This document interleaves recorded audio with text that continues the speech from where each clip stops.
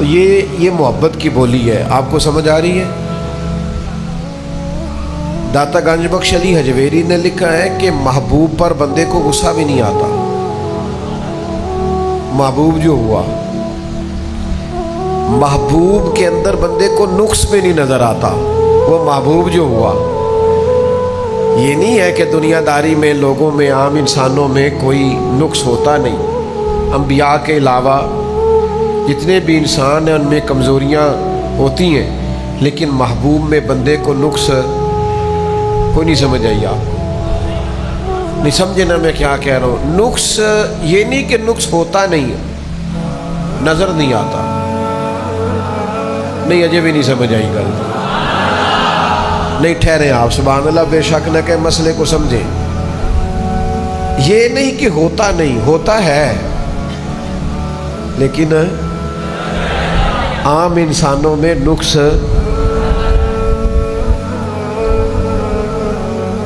تسی پیار والے ہو نا، تسی گل تے اعتراض نہیں کیتا، ورنہ بڑا بڑا اعتراض بنتا ہے کہ ہے بھی تے نظر نہیں آ رہا.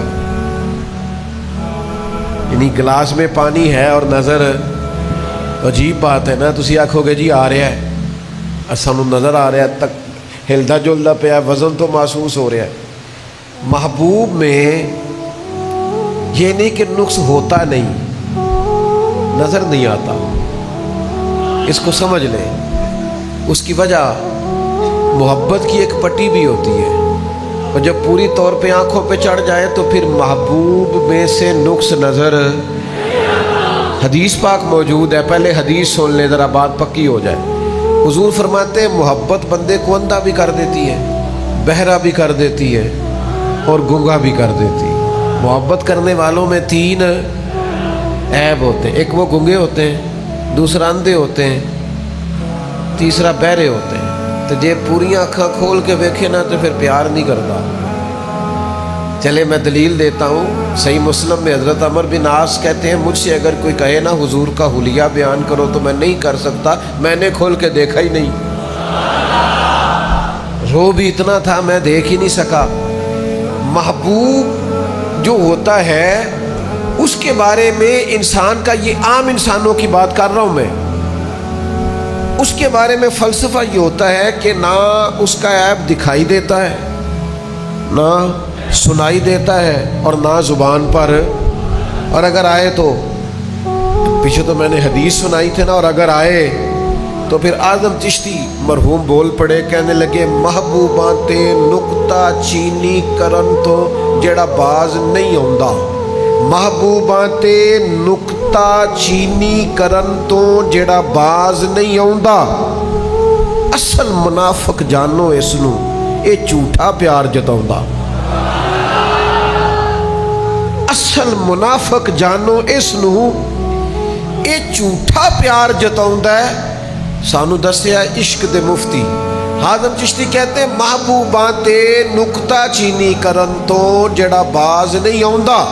اصل منافق جانو اس نو، او جھوٹا پیار جتاؤندا ہے. سانو دسیا عشق دے مفتی جڑا مڑ مڑ کے فرماؤندا ہے آزم جتھے دل لگ جاوے اوتھے عیب نظر نہیں آوندا. آزم جتھے دل اوتھے عیب نظر. دیکھو نا، یہ تو عام انسانوں کی بات ہے نا. جب نبی پاک کی بات آئی تو درویش کہنے لگے کوئی بشر آکھے، کوئی نور آکھے، اساں پیندا ہر پاسے اے ہوئی شور ڈٹھا. پھر اللہ والے گل مکا دیتی، تساں ہور ڈٹھا ہے تے اساں ہور ڈٹھا ہے. تساں ہور ڈٹھا ہے تے اساں ہور ڈٹھا ہے. یہ دیکھنے میں بھی بڑا فرق ہوتا ہے. ایک ابو جال نے دیکھا، اس نے کہا کہ عبداللہ کا یتیم بیٹا محمد ہے صلی اللہ، یہ عبداللہ کے یتیم بیٹے محمد ہیں. ایک ابو بکر صدیق نے دیکھا. حضور نے فرمایا ابو بکر کوئی خواہش بتائیں، تو فرمایا سونے ایک ہی ہے، ذرا کبھی آپ بیٹھے رہے اور میں دیکھتا رہوں. حضور ایک ہی ہے. ایک دیکھا ام جمیل نے، ابو جال کی بیوی نے. اس نے جناب عبداللہ کے یتیم بیٹے کو دیکھا، ایک دیکھا حضور کی والدہ سیدہ آمنہ نے۔ لوگوں نے پوچھا کوئی ولادت کی بات سنائے، تو جناب آمنہ کہنے لگی مجھ سے نا جس دن میرے کریم پیدا ہوئے ہیں کیفیت یہ تھی کہ مجھ سے نور نکلا، اور اتنا نور نکلا کہ میں نے مکہ مکرمہ میں لیٹ کر شام کے محلات دیکھ لیے۔ تے کوئی نور آکھے تے کوئی بشر آکھے، پہندہ ہر پاسے ہوئی۔ پھر اللہ والیاں گل مکا دیتی، اساں ہور ڈٹھا تے تساں، آپ کی اپنی اپنی نظر ہے، آپ دیکھتے رہے کرتے رہے بات جو آپ نے کرنی ہے، پر اساں ہور ڈٹھا ہے تے تساں، یہ فرق ہے۔ نبی پاک محبوب ہیں، حضور کی ایک شان ہے شان محبوبیت۔ اچھا، اس کو حضور خود بیان کرتے ہیں بڑے ناز کے ساتھ، بڑے ناز کے ساتھ۔ صحابہ بیٹھے تھے، ایک محفل جمی ہوئی تھی، تو صحابی ایک نے کہا کہ حضرت عیسیٰ روح اللہ ہیں، دوسرے فرمانے لگے جناب ابراہیم خلیل اللہ ہیں، تیسرے فرمانے لگے حضرت موسیٰ کلیم اللہ ہیں۔ صحابہ آپس گفتگو کر رہے تھے، اچانک حضور تشریف لائے۔ ہمارے نا شاعری میں ایک جملہ بولا جاتا ہے فی البدی، فوراً ایک جملہ کہنا۔ کریم فرمانے لگے تم نے کہا جناب عیسیٰ روح اللہ ہے، بالکل ٹھیک ہے، موسیٰ کلیم اللہ ہے، بالکل ٹھیک، جناب ابراہیم علیہ السلام خلیل اللہ ہے، بات، لیکن فرمایا اعلیٰ و انا حبیب اللہ، فرمایا ذرا میری شان بھی دیکھو، میں اللہ کا حبیب ہوں، میں محبوب ہوں رب کا۔ نبی پاک کی شان محبوبیت، یہ سیاستہ میں حدیث ہے۔ حضرت ابو موسیٰ اشعری رضی اللہ تعالیٰ عنہ بیان کرتے ہیں، یہ آپ نے توجہ سے سننی ہے، روایت بخاری مسلم میں۔ حضرت ابو موسیٰ اشعری رضی اللہ تعالیٰ عنہ فرماتے ہیں میں اپنے قبیلہ اشعر کے کچھ لوگوں کو لے کے نا حضور کی بارگاہ میں گیا، تو نبی کریم علیہ السلام نے اس وقت کچھ جلال میں تھے، اظہار ناراضگی کسی بات پر کریم فرما رہے تھے، اور میرے امام کہتے ہیں غضب سے ان کے خدا بچائے، کسی بات پر اظہار ناراضگی فرما رہے۔ حضرت ابو موسیٰ اشعری رضی اللہ تعالیٰ عنہ فرماتے ہیں کہ میں حاضر بارگاہ ہوا اور میں نے عرض کی، اور ہمارے قبیلے کے لوگوں نے عرض کی کہ حضور آپ صدقے کے اونٹ بانٹ رہے ہیں تو کچھ اونٹ ہمیں بھی دے دیں۔ تو چونکہ حضور اس وقت ناراض ہے تو محبوب نے فرمایا اللہ کی قسم تمہیں نہیں دوں گا۔ فرماتے ہیں ہم خاموش ہو گئے اور بڑے پریشان ہو گئے کہ محبوب ناراض تھے، ہم نے کیوں بات کی، ہمیں نہیں کرنی چاہیے تھی۔ فرمایا اللہ کی قسم تمہیں نہیں دوں گا۔ ٹھیک ہے، خاموش ہو گئے اور پریشان بڑے تھے۔ فرمایا تھوڑی دیر کے بعد حضور نے بلایا اور بلا کر 5 اونٹ دیے۔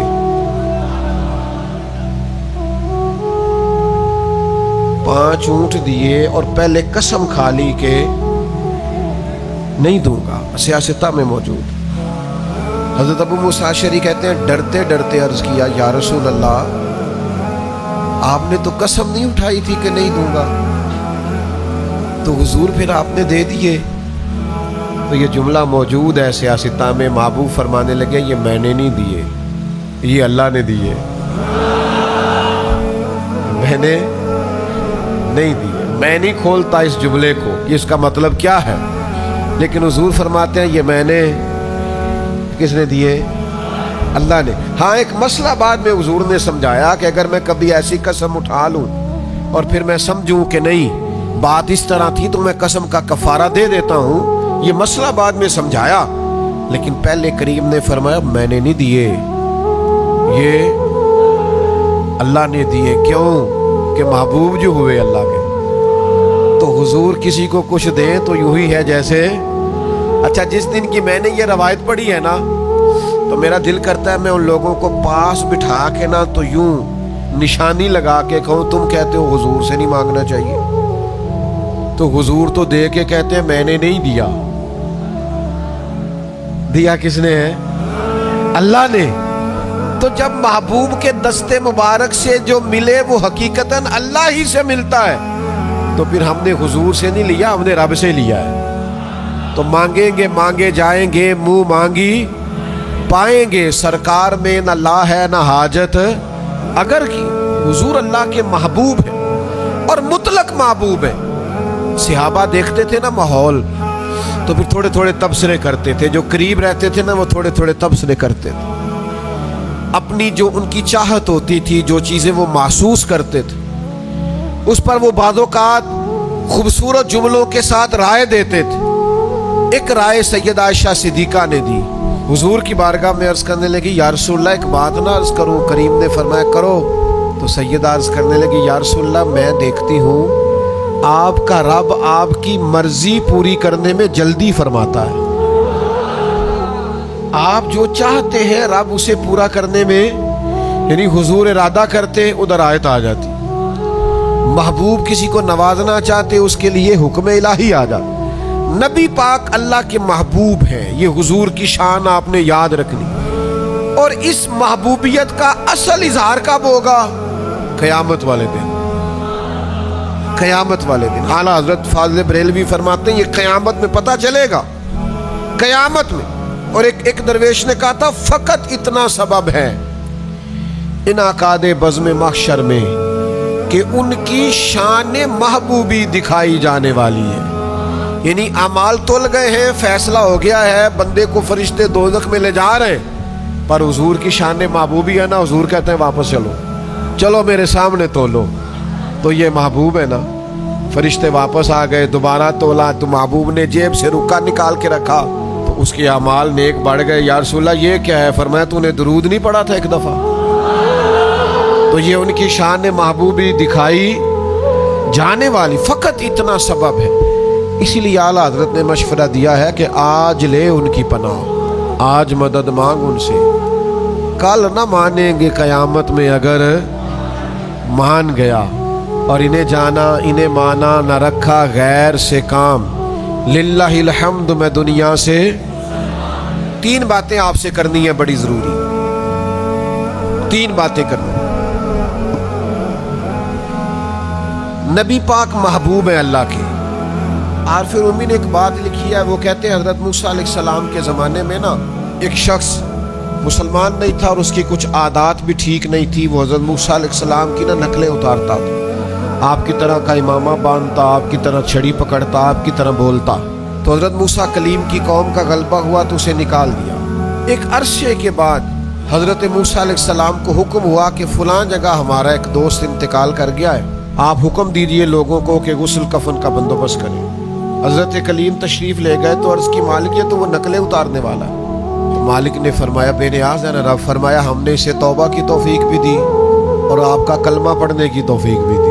مالک یہ مہربانی کیوں ہوئی؟ یہ نوجوان توجہ کریں، یہ مہربانی کیوں ہوئی؟ تو کریم نے فرمایا اے میرے کلیم، جب یہ آپ کی طرح کا بن کے نکلتا تھا تو پیارا بڑا لگتا تھا۔ نوجوانوں آپ کر لیں، دوڑ لگا لیں، جتنی بھی فیشن کی دوڑ لگانی ہے، جو بھی ڈیزائن بنانا ہے، معاذ اللہ داڑھیوں تک کے ڈیزائن بنا لی، سنت کے مطابق نہیں رکھی، رواج کے مطابق رکھ، یار مزہ نہیں اس کا۔ آپ سنت اور شریعت کی طرف سفر کریں، نبی پاک علیہ السلام کے مقدس طریقوں کو اپنائیں، آپ اپنے جگر میں ٹھنڈک محسوس کریں۔ حضور کی طرح کے بنو گے نا تو فَاتَّبِعُونِی یُحْبِبْکُمُ اللہ، رب کہتا ہے محبوب یہ آپ کی پیروی کریں گے تو اللہ کے محبوب ہو جائیں گے۔ اب نہ ایک ایک کر کے قدم ہٹاؤ۔ میری طرح کے لوگ جن کی عمر اب پکی ہو رہی ہے اور بچے جوان ہو رہے ہیں، ان کو خاص غور کرنی چاہیے کہ اب حال یہ ہے کہ بہت ہی لنگ گئی تے تھوڑی رہ گئی۔ اب بارش کا پہلا قطرہ بنے اور روز اپنی تربیت کریں، روز۔ گزر گیا وقت، پروگرام کرتے پلان کرتے ٹائم گزر گیا اور گزرتا جا رہا ہے، ساری منصوبہ بندی چھوڑ دو، طے کرو کہ ہم سنت پر کتنا عمل کرتے ہیں، نبی پاک کے طریقوں کو کتنا اپناتے ہیں۔ دوسری گزارش آپ کی خدمت میں یہ کرنی ہے کہ حضور کے ارشادات کو بغور پڑھیں، بغور سنیں، سیرت کے جو پہلو ہیں ان پر بغور آپ توجہ کریں۔ میں بڑے عرصے سے ایک موضوع پر لوگوں کو قائل کر رہا ہوں، بڑے زمانے سے میرا ذاتی تجربہ ہے، اس پر میں اپنے دوستوں کو قائل کر رہا ہوں کہ ٹینشن کے مسائل بڑھ رہے ہیں،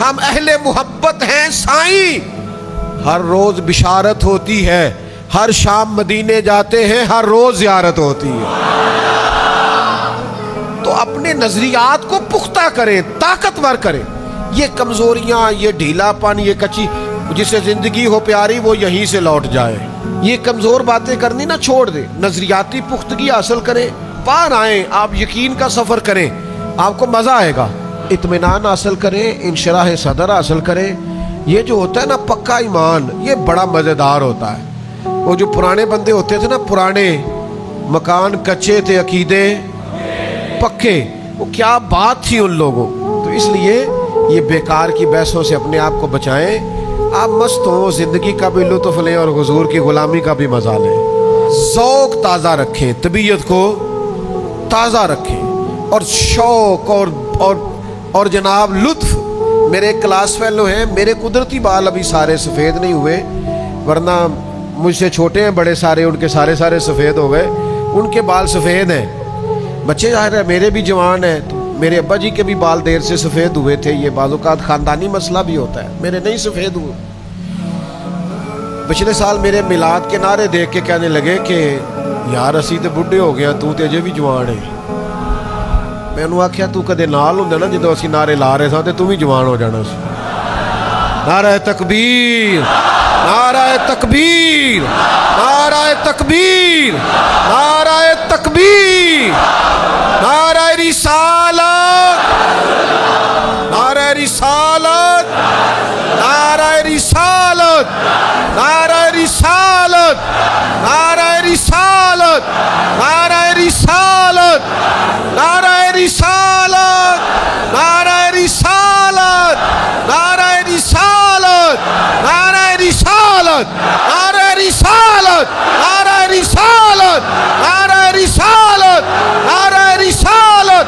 سرکار کی آمد, سرکار کی آمد, حضور کی آمد, پرنور کی آمد. سیدی مرشدی, سیدی مرشدی, غلام ہے, غلام ہے, غلام ہے, غلام ہے, غلامی رسول میں, غلام ہے, غلام ہے, غلامی رسول میں, غلام ہے, غلام ہے, غلامی رسول میں. سیدی مرشدی, سیدی مرشدی,